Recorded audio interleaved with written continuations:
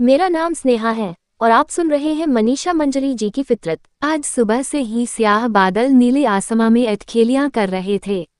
हर आधे घंटे पर बारिश का एक झोंका आता और हल्की सूखी सड़क को एक बार फिर से भींगा कर जाता। सड़क के गड्ढों में पानी भर आया था और फुटपाथ कीचड़ से सन गया था। मध्यम हवाओं का साथ पाकर मिट्टी की सौंधी खुशबू दूर दूर तक अपना एहसास फैला रही थी। उस चौड़ी सी सड़क के ठीक दूसरी ओर था अरावली हॉस्पिटल।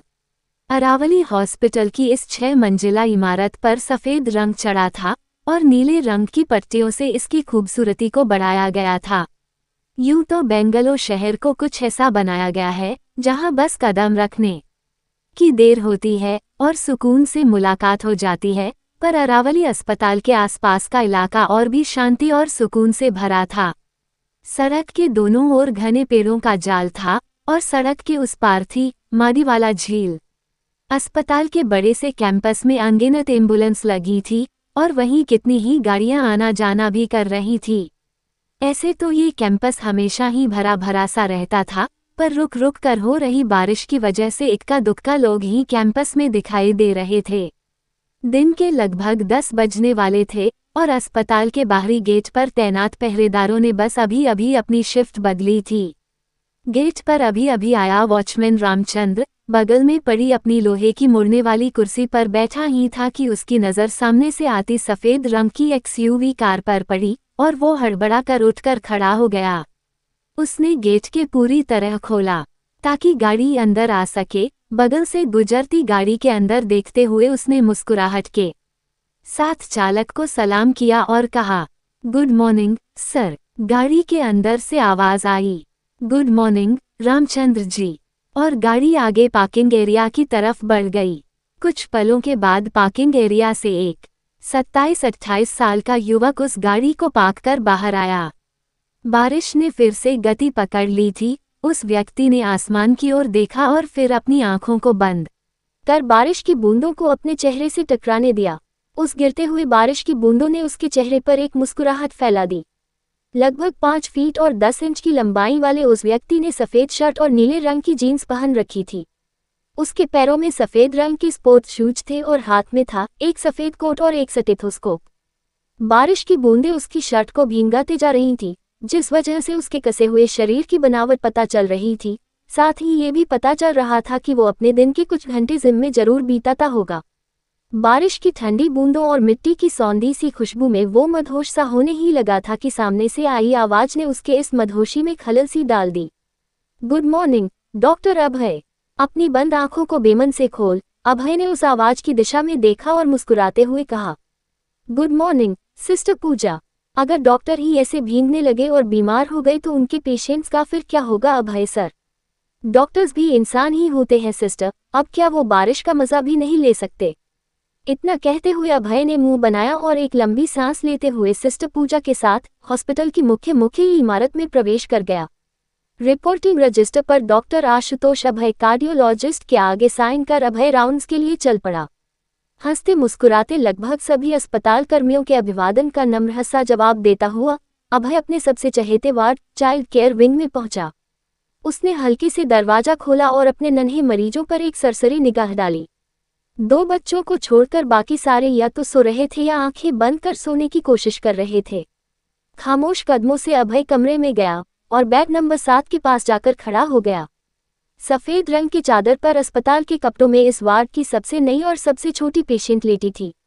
अभय ने पास रखे मेज पर से उस बच्ची की रिपोर्ट शीट उठाए और सूक्ष्म निरीक्षण किया। वो रिपोर्ट शीट बता रही थी कि पेशेंट का नाम अदिति है और उसकी उम्र 5 साल है। बच्ची को सांस लेने में तकलीफ है। बच्ची का वजन बहुत तेजी से गिरता जा रहा है। बार बार श्वसन संक्रमण की समस्या आ रही है। ये सारे बिंदु इस तथ्य की तरफ इशारा कर रहे थे कि बच्ची के हृदय में छेद है। अभय की नज़र रिपोर्ट्स में ही उलझी हुई थी कि उसने महसूस किया कि कोई उसके कोट को खींच रहा है।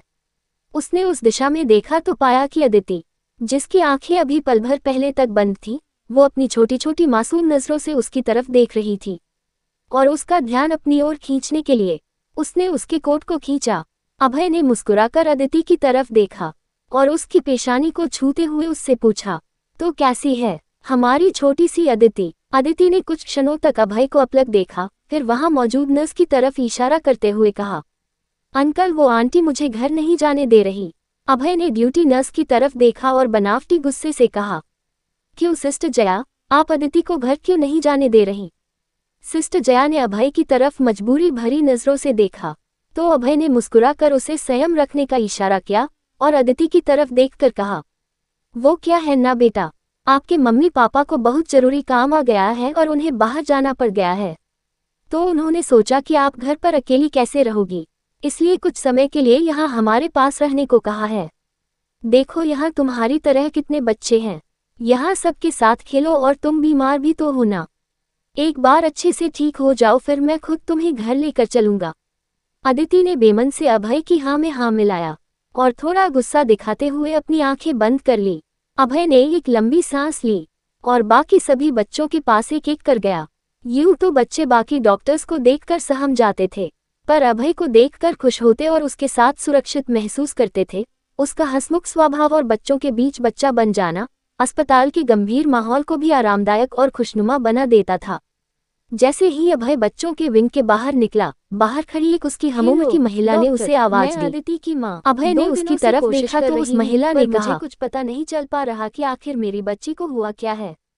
नस आती है तो बस ये बोलती है कि ये चाहिए, वो चाहिए, ये दवाएं, वो दवाएं, ये जांच होगी और वो जांच होगी, पर कोई सही से ये नहीं बता रहा कि आखिर मेरी बेटी बीमार क्यों है। अभय ने अदिति की बेचैन मां को शांत करने की कोशिश की। उसने कहा, पहले तो आप शांत हो जाइए मैम, मैं सब बताता हूँ आपको, बस कुछ टेस्ट और होने हैं, उनकी रिपोर्ट्स आ जाएं तो अदिति की परेशानी और बीमारी कंफर्म होकर बता दूंगा मैं। आप समझ नहीं रहे डॉक्टर, मेरे पास जो है बस अदिति ही है। इसके पिता तो कब के इस दुनिया को छोड़कर चले गए। अदिति जिंदगी है मेरी, मेरे जीने की वजह। मदद कीजिए मेरी, बताइए मुझे कि उसे क्या हुआ है। अभय ने आंखें बंद की और एक लंबी सांस लेकर कहा, मुझे लगता है कि आपकी बेटी के दिल में छेद है। वॉट? पर मेरी बेटी तो एक हफ्ते पहले तक बिल्कुल ठीक थी, उसे मामूली से बुखार के अलावा आज तक कुछ भी नहीं हुआ। ये कैसे संभव है? देखिए मैम, अदिति की बीमारी के लक्षण इस तरफ ही इशारा कर रहे हैं, मैं भी सारी रिपोर्ट्स का ही इंतजार कर रहा हूँ। आप परेशान मत होइए, सब ठीक हो जाएगा।